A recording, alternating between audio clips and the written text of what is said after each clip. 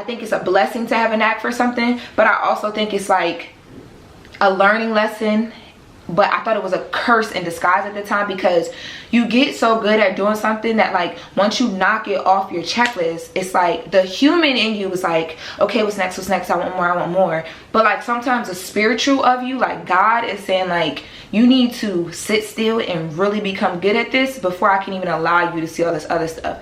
Hey guys, it's Lauren La Rosa and welcome back to Lauren La Rosa TV. So I haven't done one of these like sit down videos in a while, but I promised myself that January was going to be the year that I came back consistently and did these videos. Like I really appreciate the comments and stuff that I get on all the older videos. Like it really makes me like, when I'm feeling like they don't care, like I ain't got that big of a following on YouTube, ain't nobody really watching them videos, it really makes me feel like no, like it's really helping somebody. And then like even more so when I run into people in LA that tell me like, oh, I moved here because of your videos. Like I appreciate that. Like I really appreciate the fact that y'all fool with me like y'all do. Even if it's only like 1,000 or 2,000 of us, we ain't at like 100,000, 400, 500. Let me say 1 million, because I'm projecting 1 million. We ain't at 1 million people yet, but even if it's just 1,000 of us in the Dreamer Gang, which are my subscribers. So if you're new, welcome to the Dreamer Gang. This is like our little space to be, you know, like people that just want more, going after more, but like the reality of life hits and just the reality of wanting more hits. So that kind of segues into what the concept or the subject of this video is today. You go into a new year like, you know, aiming really high. So this video is going to be all about dealing with the highs and the lows in life, in your career, and when you're trying something new.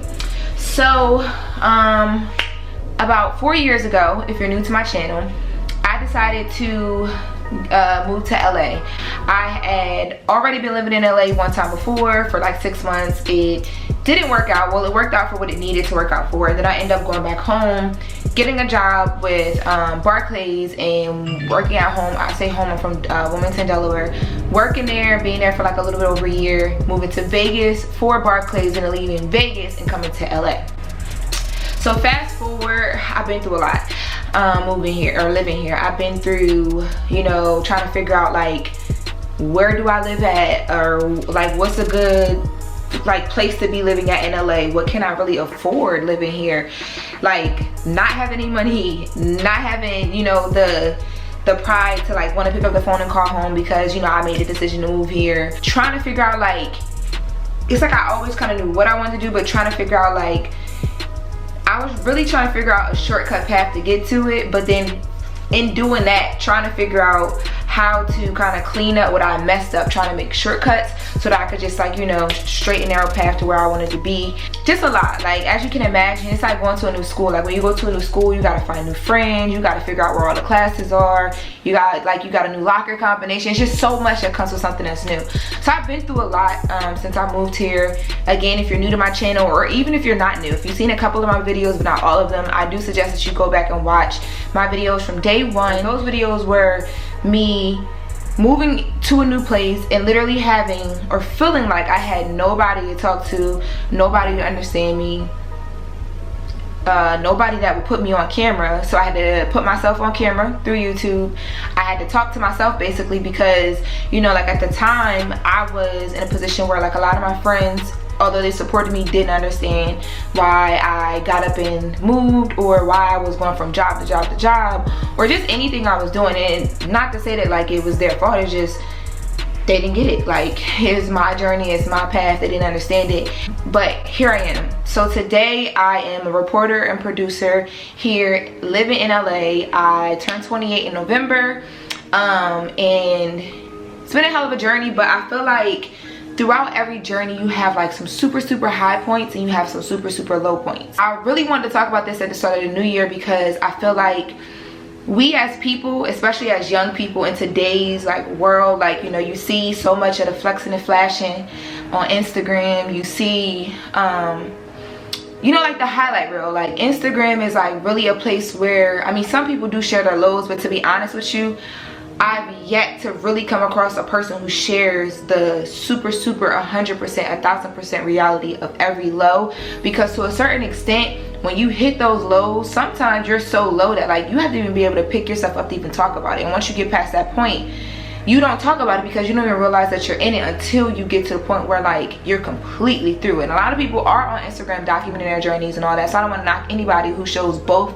or the best of both worlds on Instagram, but I just feel like with the way that like, you know, our like social media, not even just social media, just life in general, like the way life is set up in general, especially if you come from like the hood, like we're taught, or if you come from, you know, you might not be from the hood, but you might come from a parent or a family that has taught you to, you know, get up, brush it off, try again, and keep going. So when you come from a situation like that, it's not really like taught for us to like really sit in these like positions of like, oh my god, what is happening right now, and like actually sit in it and learn from it. And I feel like with me moving here and being here, because when I first moved here, like now I'm not by myself here. Now I have someone, I mean, she's not here all the time, but like I have a person that I identify with here in LA, like my sister Mariah, she's a dancer. So like, you know, we're both, even though we're in two different worlds of the industry, we're both in the industry, we both at the stage where like we're doing things, but like we're still building. So I feel like we kind of like speak the same language, and I think that's what like keeps us so close. But I at one point I didn't have that, like, you know, those relationships grew. I didn't have that at one point. So when things would go like really wrong, it was almost kind of scary to have something go super wrong in life, or in a decision that you made, and be there dealing with it by yourself. Today, like, I think my main focus of this is to tell anybody who is at that point where you feel like, what did I do? Why did I do this? Is this the right decision? What the hell is going on? Like, if you feel like that, first of all, the first thing I want you to know is that you're going to feel like that more than one time in your life. So don't let that feeling make you feel like, okay, I'm gonna close this door and I don't ever want to walk back in this room again because I'm scared of the dark. Because at every new level of your life, there are going to be some things that you encounter that you don't really know how to deal with, or you're not familiar with. So you may be a little hesitant to just jump in the pool, you know. Or when you jump in the pool, it may take you a little bit longer to, like, you know, start swimming laps and hitting backstrokes. But like, don't get out of the water. I like I said, I've been through things here myself, but more recently, not even more recently, this was probably like a year ago now, I was at a point where I was like really questioning, like, yo, why did I move to LA? It's so expensive here.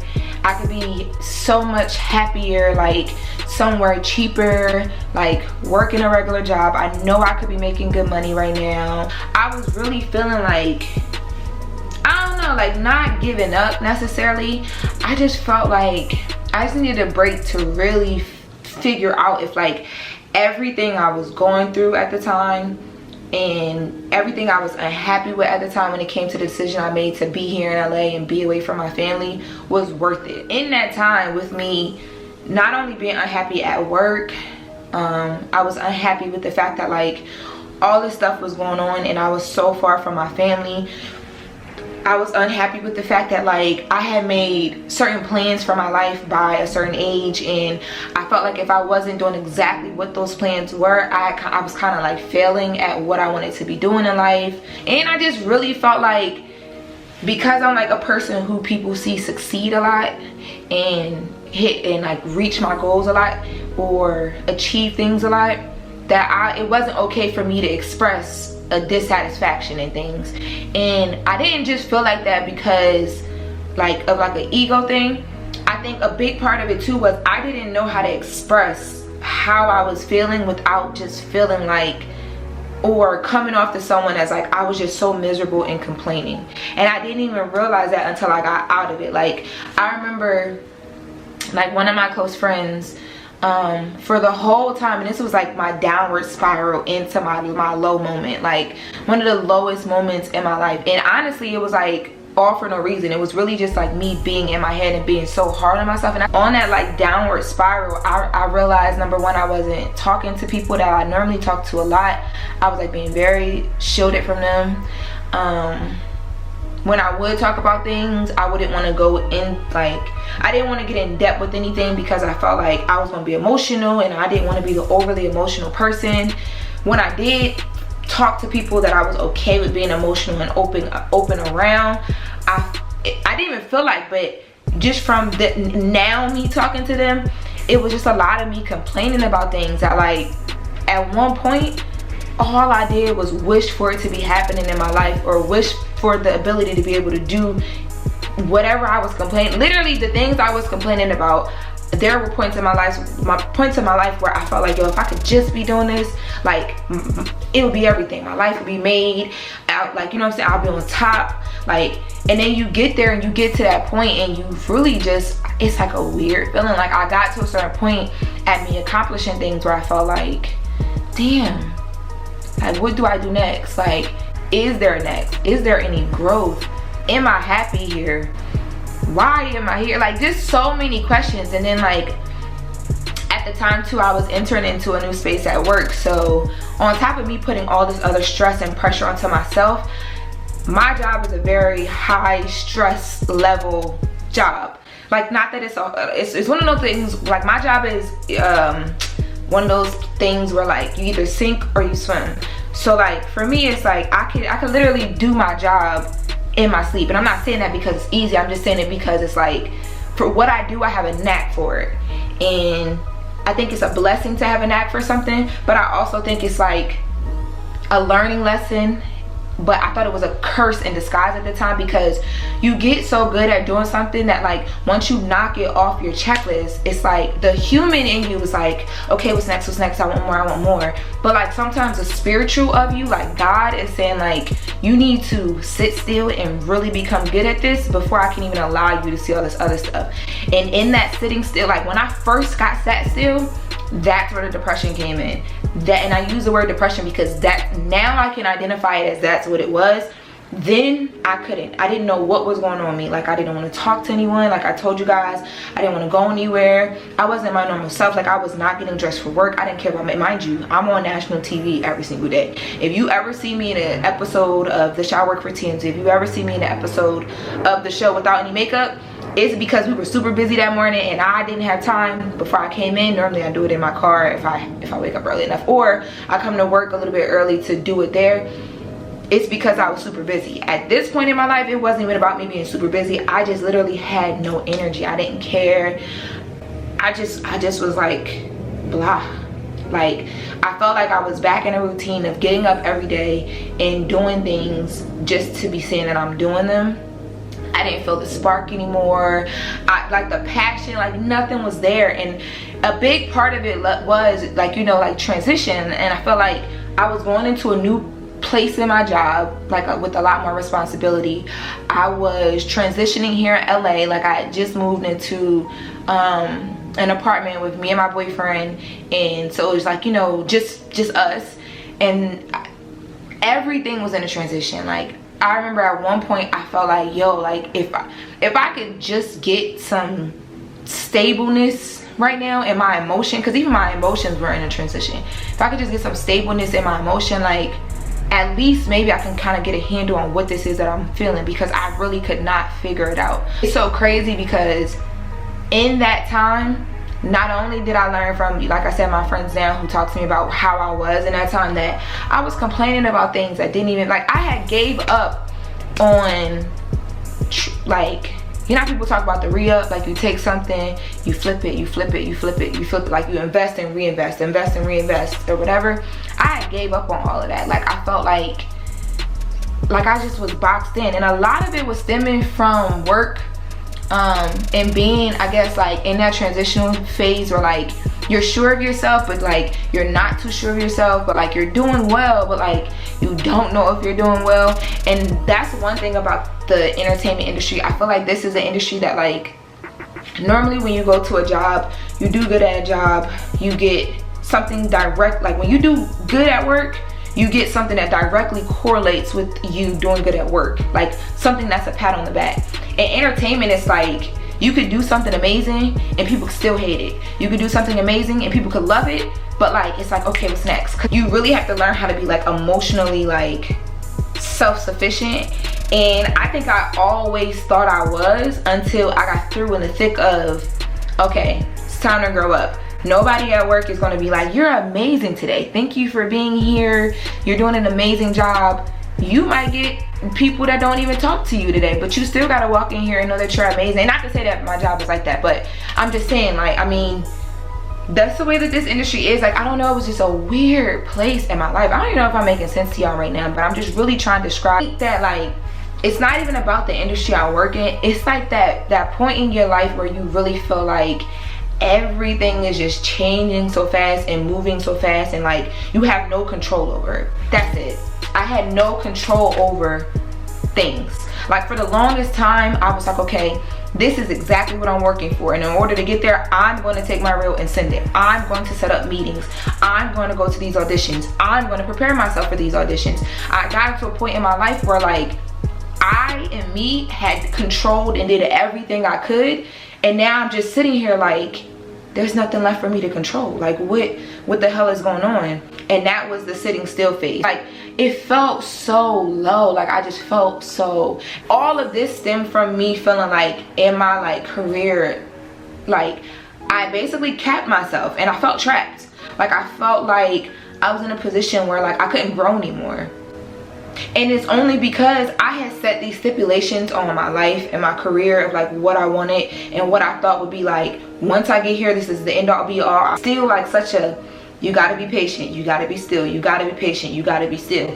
But from the outside looking in, you never see that part of it. So when you get into it, it's just like, it's crazier. And moving somewhere new or being in any new situation, it doesn't matter what it is. Like, it gets to a point where you feel like that. Like, it gets to a point where you really feel like, I've done everything I could do in this situation. This situation may either be progressing or not even progressing, but like, you feel like you lost control.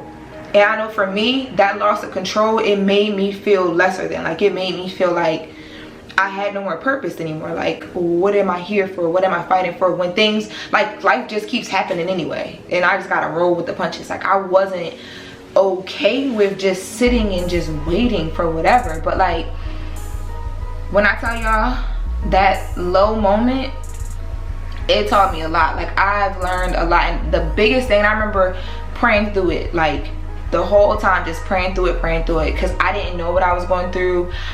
I never taught, like, you know how people say they get into like depression phases. I know people who said that and like have been there, but like, to really be in it and be able to identify that as that, what the heck is happening to me? Like,